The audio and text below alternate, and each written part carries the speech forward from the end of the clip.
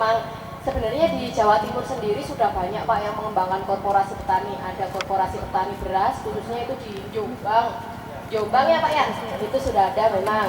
Tapi itu memang dirintis Pak, jadi harus ada sinergi dari kelompok tani sendiri, komitmen untuk istilahnya dari petani untuk petani. Nyata nggak Pak Edi?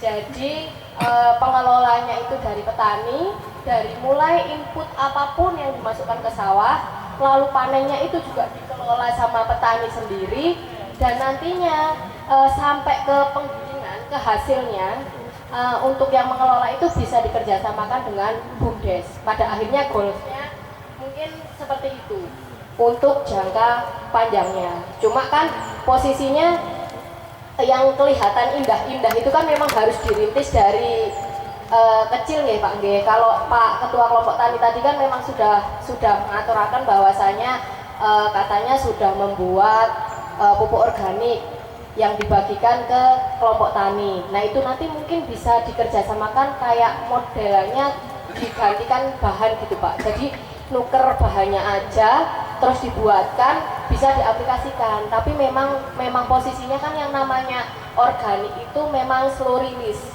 Jadi kan juga enggak hari ini mupuk, hari ini nyemprot langsung kelihatan hasilnya ijo royo-royo mboten mekaten Pak. Terus nggih perlu tanah kita ini kan memang nggih sudah tua nggih Pak nggih. Jadi untuk mengembalikan ke organik itu, organik yang benar-benar organik itu enggak cukup 1-2 tahun Pak. Jadi memang harus diawali dulu, istilahnya ada petani pelopornya yang nanti bisa mengawali lah untuk memulai beralih ke organik seperti yang dicita-citakan bersama seperti itu Pak. Nah dengan kondisi Jawa Timur ini kan memang sudah menjadi lumbung padi nasional itu 4 tahun berturut-turut Pak. Hebat sekali Jawa Timur ini memang. Tepuk tangan buat kita semua petani khususnya nggih. Karena berdasarkan angka KBPS tahun 2023, Jawa Timur itu masih berada di posisi pertama dengan produksi padi sampai 9,71 juta ton Pak Edi.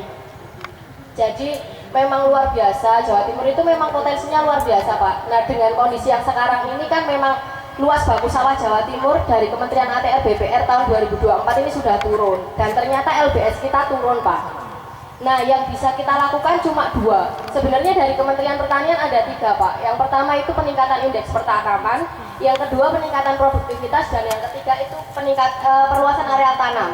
Rasanya Pak Edi, kalau untuk perluasan areal tanam di Jawa Timur sulit nggih? Sangat sulit. Yang bisa kita lakukan adalah peningkatan indeks pertanaman dan peningkatan produktivitas. Oke Pak Edi? Setuju nggih?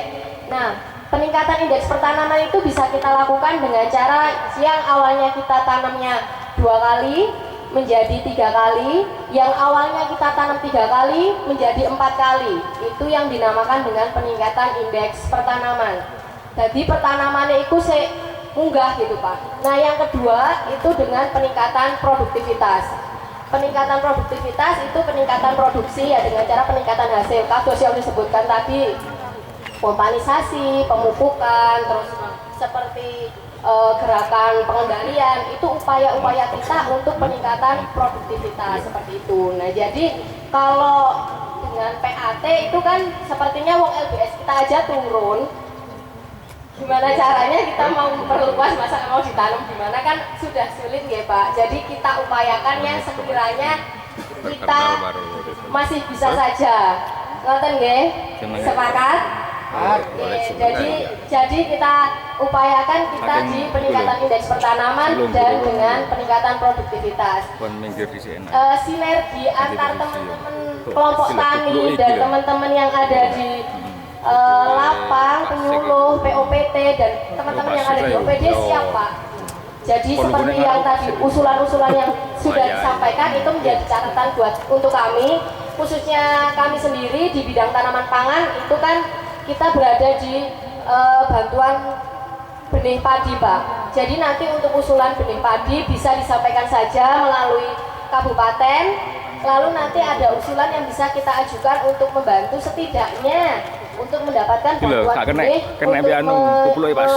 untuk menekan biaya usaha tani yang harusnya dibuatkan kelompok tani yang harusnya mengeluarkan benih, nanti benihnya bisa kita upayakan untuk dibantukan, ngoten Pak. Jadi nanti ketika memang ada dari kabupaten atau dari PPLI pun Pak Yono, misalnya untuk mengusulkan bantuan benih, monggo diusulkan aja, nanti diusulkan CPCL-nya untuk mendapatkan bantuan benih seperti itu. Kayaknya tahun lalu dapat ya sini ya? Enggak ya? Ya nanti untuk misalnya memang ada bantuan benih lagi yang kita upayakan, karena kan kita di OPD kan juga masing-masing ya Pak bidangnya, jadi kan ada beberapa bidang. Kalau untuk pompa itu kan juga ada bidang tersendiri juga, jadi nanti kita bisa menjembatani lah istilahnya, termasuk dengan Pak Edi itu bagian POPT, kita juga bisa menjembatani bersinergi untuk supaya kita bisa mencapai di dua tadi, peningkatan indeks pertanaman dan peningkatan produktivitas seperti itu. Jadi sinergi yang kita perlukan untuk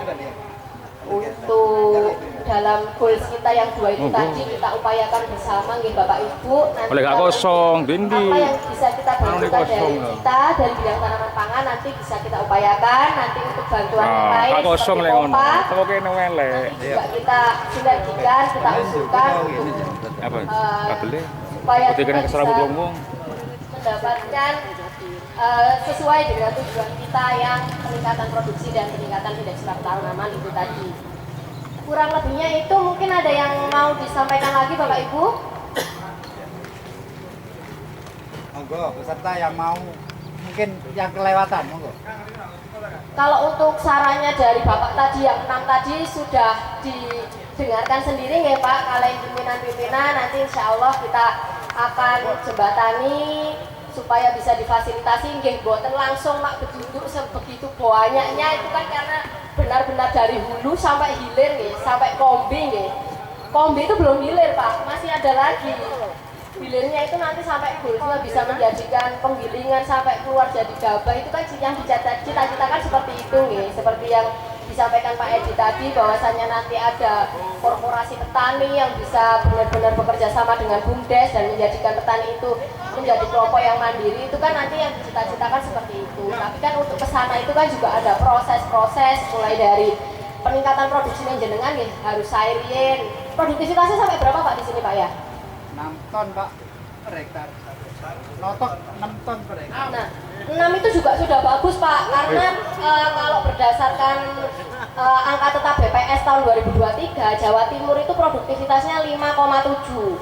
Berarti kan Pasuruan itu kan sudah di atasnya dikit ya, sudah di atasnya dikit dari rata-rata produktivitas Jawa Timur. Jadi sudah bagus, tapi kalau misalnya bisa dioptimalkan lagi kan bisa sampai 8 itu yang bisa dikatakan kita optimal nggih. Nah nanti kalau misalnya jenengan bisa meningkatkan produktivitas sampai segitu Pak, dengan luas lahan jenengan yang sama, yang dulunya itu atasnya kita 9,71 itu bisa sampai 11 juta loh Pak nanti, sesuai dengan yang dicita-citakan dari Kementerian Pertanian. Target produktivitas kita tahun 2024 itu sebenarnya 11.000 Pak, seperti itu. Tapi kan itu akan kita upayakan bersama, makanya kan dari Kementerian Pertanian juga sedang bersinergi dalam rangka untuk pompanisasi juga nggih. Mungkin sudah sempat di info atau di tentang pompanisasi nggih Ibu PPLE kan nggih, sudah banyak info tentang pompanisasi.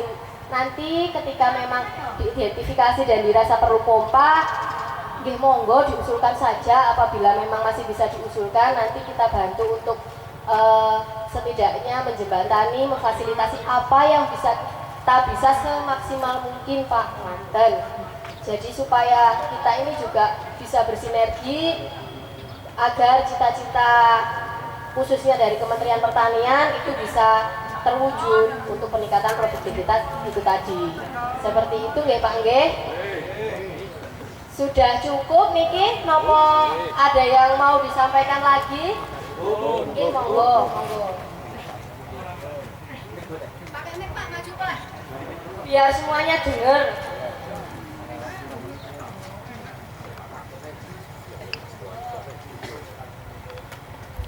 Nggak berani Pak. Assalamualaikum warahmatullahi wabarakatuh. Nama saya Pak Eri, anggota kelompok tani Nomor 102. Tadi disampaikan banyak sekali tentang produktivitas hasil pertanian. Maaf ya, suaranya gemetar. Kalau jam segini bawahnya tangki, sekarang kebanyakan begitu loh Pak ya, grogi. Kalau saya perhatikan dulu ya, kalau di desa Setulang itu ada istilah tanam tabur kan, tabula, tanam tabula. Makanya pada kesempatan ini saya ingin ilmunya gimana, gitu ya. Kemarin saya ingin coba di desa Tanjung itu gagal. Gagalnya kenapa? Karena dimakan tikus baru mati. Karena pengalaman bulan Juli kemarin, ya kalau di desa kami itu zong, Pak Pok Bondong untung katanya ya. Tapi di desa seperti itu masih hasil, gitu Pak. Masalahnya saya punya di sana sama sedikit, tapi lumayan hasilnya siap. Luasnya 0,2 hektar itu masih kurang 1 ton untuk bulan Juli kemarin. Makanya, oleh karena itu saya ingin ilmunya dari GPR kemarin. Soal di sana saya juga bukan mengerjakan sendiri, tapi dikerjakan orang lain. Itu saja yang ingin saya sampaikan, bahwa kalau tabela itu lebih hemat biaya, tenaga kerja, kan tidak pakai tanam, tidak pakai istilahnya laut, ya. Jadi tidak yang saya sampaikan, maaf, agak bingung Pak, soal biasanya hanya gangnya tangki, ini gang media. Nah, punten, Assalamualaikum warahmatullahi wabarakatuh. Assalamualaikum warahmatullahi wabarakatuh.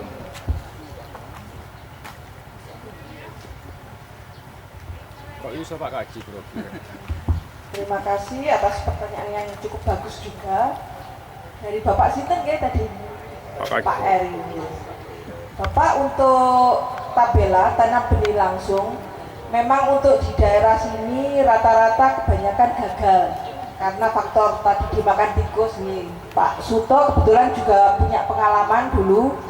Terus saya kemarin survei ke Segoropuro sama Bapak, ternyata kasusnya tikus yang makan. Kemarin diantisipasi dengan padinya direndam semacam pestisida anti tikus. Ya, nanti untuk kelanjutannya kita bisa sharing bareng. Sebenarnya ada tahapannya Bapak. Jadi setelah bibit padinya itu, benihnya itu dikasih obat dulu, baru diaplikasikan. Nanti ada alat tanamnya juga Bapak. Jadi semacam ada, saya agak sulit, tidak ada proyektor ya, tidak bisa menjelaskan. Nanti kita bisa sharing. Itu nanti ada alatnya seperti tanam langsung Pak. Jadi ditanam, nanti langsung kita gerakkan. Di sini kebetulan ada Pak Suto, Pak Jainul juga yang sudah pernah nyoba. Apa perlu saya panggilkan atau gimana? Soalnya nanti alatnya itu agak, Pak, kalau kita sharing bisa dijelaskan, nanti ada gambarnya. Ngoten. Iya. Siap. Jadi nanti kita bisa sharing lagi Bapak seperti itu. Memang kendalanya untuk di sini rata-rata seperti itu. Nama tikus, terus kurangnya pengawasan, juga saingan pertumbuhan dengan gulma Bapak. Kemarin yang di Segoropuro juga seperti itu. Jadi akhirnya beliaunya hanya tumbuh 50% mungkin dengan tabela itu. Kendalanya seperti itu. Memang hemat, kalau hemat dibilang hemat. Kan tanpa ada pindah tanam, tanpa ada daun, kan langsung itu konten. Jadi ada lariannya, bibit langsung ditanam, langsung tumbuh. Tapi ya kendalanya seperti itu. Nanti kita bisa sharing lebih lanjut. Ada Pak Suto juga yang pernah nyoba. Di belakang ada Pak Bambang sama Pak Jainul, Ustadz Jainul, kita nanti bisa sharing. Ngoten nggih? Matur sembah nuwun. Demikian jawaban dari saya. Selanjutnya barangkali ada pertanyaan lagi atau bagaimana? Sudah cukup? Oke, monggo Pak Bambang.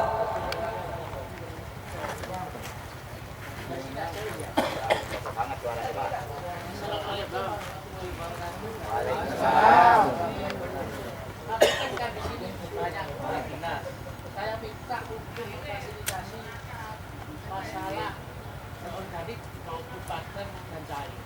Itu alat-alat tersebut. Terima kasih. Assalamualaikum warahmatullahi wabarakatuh. Baik Bapak, kalau untuk masalah organik itu yang dimaksudkan untuk seperti pembuatan pupuk gitu-gitu ya, alatnya misalnya chopper seperti itu ya. Itu usulannya ke lewat musreng dulu. Oh, diajukan lewat musreng dulu Pak ternyata. Kalau UPT pelatihan? Nah, kalau dinas itu kan juga ada UPT Pak, namanya UPT pelatihan. Nah nanti biasanya memang programnya itu salah satunya sering kok Pak, itu memanggil petani-petani untuk melakukan pelatihan-pelatihan seperti pelatihan pertanaman organik seperti itu. Cuma memang modelnya digilir Pak. Jadi misalnya bulan ini ada pelatihan petani organik untuk desa, bukan untuk komoditas A. Nah, ternyata dilihat untuk yang potensi cabai misalnya itu desa sini pesantren gitu ya Pak ya. Jadi Kemantren, jadi bisa nanti yang dipanggil dari UPT itu desa Kemantren. Maksudnya sesuai Pak, sesuai dengan potensi dengan lahan desanya jenengan. Kalau untuk alat itu bisa diusulkan di Musrembang dulu Pak. Nanti kalau misalnya memang itu, kalau untuk alat yang bisa difasilitasi dari Dinas Pertanian itu lebih ke alat mesin pertaniannya Pak. Jadi kalau untuk di kami mungkin itu seperti transplanter atau combine itu mungkin malah bisa coba diusulkan Pak. Kalau untuk di bidang yang menangani pompa itu usulannya bisa diusulkan seperti pompa seperti itu Pak. Tapi kalau untuk alatnya ke organik sepertinya kalau untuk UPT kita adanya di UPT pelatihan itu Pak, untuk meningkatkan kapasitas dan kemampuan petani dalam membuat ya itu tadi yang dibutuhkan seperti pupuk organik atau bokasi cair seperti itu. Kalau untuk di Musrembang udah pernah diusulkan nggak Pak? Belum pernah. Cukup dana musreng. Ya coba nanti Musrembang itu kan 1 tahun sekali ya Bu ya. Nah 1 tahun sekali. Nah itu ada anggarannya 20% Pak, ngendikannya PPR jenengan. Jadi nanti usulan apa yang masuk ke Musrembang itu kan pasti akan disarikan dan diprioritaskan ya Bung dari kebutuhan desa. Untuk misalnya untuk dana desa di pertanian. Kalau misalnya memang yang pengambil kebijakannya sudah merasa bahwasannya oh chopper itu perlu nanti untuk peningkatan kapasitas petani dalam membuat pupuk organik, nanti pasti akan diprioritaskan ya Bu. Ngaten nggih sistemnya nggih. Nah, seperti itu Pak. Jadi nanti untuk mungkin di 2025 di 2025 mungkin bisa diusulkan dulu. Nanti bisa melewat PPL-nya dulu. Karena kan kita di Kementerian Pertanian pun juga berjenjang ya Pak nggih. Jadi dari termasuk PPL dan itu kan juga kepanjangan tangan dari Kementerian Pertanian. Nanti kalau misalnya memang usulan-usulan itu tidak bisa difasilitasi lewat kami, mungkin akan kami sampaikan ke Kementerian Pertanian atau ke yang lebih berwenang daripada kita gitu Pak. Jadi nanti semuanya bisa berjenjang gitu. Seperti bantuan benih tadi. Bantuan benih tadi kan dari provinsi juga ada nih Pak Nggih. Jadi nanti kita infokan ke kabupaten. Oh tahun ini musim tanam ini kita ada kuota atau alokasi sekian. Nanti pasti kita sampaikan Pak ke kabupaten. Nah kabupaten pasti juga menghubungi kecamatan nggih Bu nggih, untuk membuat usulan calon petani, calon lokasi yang akan mendapatkan bantuan benih. Jadi seperti berjenjang gitu loh Pak. Nah nanti kedepannya juga diharapkan bisa seperti itu. Jadi sinergi dalam rangka pencapaian untuk peningkatan produktivitas dan peningkatan indeks pertanaman itu nantinya bisa terwujud dengan cara ya sinergi yang runtut dari teman-teman petani ke teman-teman yang ada di lapang, terus nanti berjenjang ke kami seperti itu Pak. Jadi nanti mungkin di tahun 2025 bisa diusulkan dulu di Musrembang. Nanti kalau misalnya memang itu belum bisa difasilitasi, ya nanti kita bisa ngobrol lebih lanjut. Nanti kedepannya kalau itu memang sudah butuh, sudah diperlukan dan kelompok tani sudah komit seperti yang disampaikan Pak Edi tadi, kelompok tani memang sudah komit untuk berarah ke organik, nanti mungkin kita bisa pertimbangkan juga Pak untuk kita bantukan alat mesin yang chopper itu tadi. Misalnya itu kalau untuk pupuk yang dikehendaki yang padat atau yang cair Pak? Kalau chopper itu kan kayak lebih ke yang daun-daun seresah-seresah gitu ya, cacah gitu ya. Itu yang dikehendaki chopper itu tadi, chopper gitu. Termasuk nanti kan dia disarikan untuk keluar airnya gitu nih Pak nggih. Jadi bokasi cair gitu nggih. Nah, seperti itu nggak apa-apa Pak. Nanti coba di 2025 nggih. Ada PPL-nya, ada Budiah. Jadi nanti coba ada Pak Yono juga yang sangat dekat dengan petani nggih. Jadi nanti bisa dibantu untuk diusulkan dulu di Musrenbang 2025, termasuk untuk jalan desa dan jalan usaha tani dan sebagainya, nanti bisa diusulkan dulu di Musrenbang 2025, nanti disarikan, diprioritaskan. Ini kan nggih yang diharapkan yang saing ya Pak nggih. Ya, sejalan itu dengan tujuannya kami, tujuannya Kementerian Pertanian. Makanya kan kami juga di sini berusaha mensupport untuk bantuan benihnya. Kalau misalnya tadi bantuan benihnya yang dibantukan ternyata daya tumbuhnya kurang, ya segera lapor saja Pak, segera lapor saja ke di setiap pengusulan itu ada P3B-nya gitu nggih. Nah, nanti di pemeriksa barang itu kalau misalnya memang kondisinya kan sudah ada benih bantuan yang disyaratkan itu kan memang sudah ada benih bantuan yang bersertifikat nih. Yang bersertifikat itu sudah ada syaratnya juga Pak. Jadi nanti kalau misalnya itu ternyata tidak lolos syarat, misalnya memang nggak sesuai, jenengan bisa klaim ke P3B-nya. Nanti bisa kita usulkan untuk kita tindak lanjuti seperti itu Pak. Jadi tujuan kita sama, diberikan bantuan benih supaya nanti jenengan bisa tanam, bisa menekan biaya usaha tani, bisa berproduksi dengan baik seperti itu. Kurang lebihnya seperti itu Pak. Cekap? Cukup nggih? Pak Edi mungkin mau ada closing statement? Mungkin ada closing statement dari Pak Edi ini.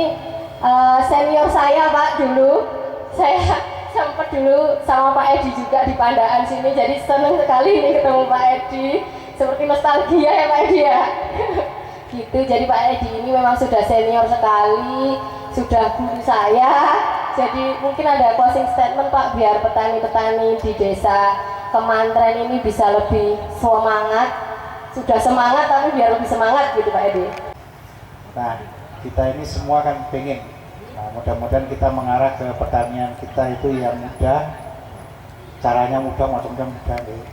Kemudian yang murah Pak, pertanian yang murah, semuanya murah dan yang menyenangkan. Karena selama ini petani kalau ke sawah itu merasa menderita. Jadi kita bergerak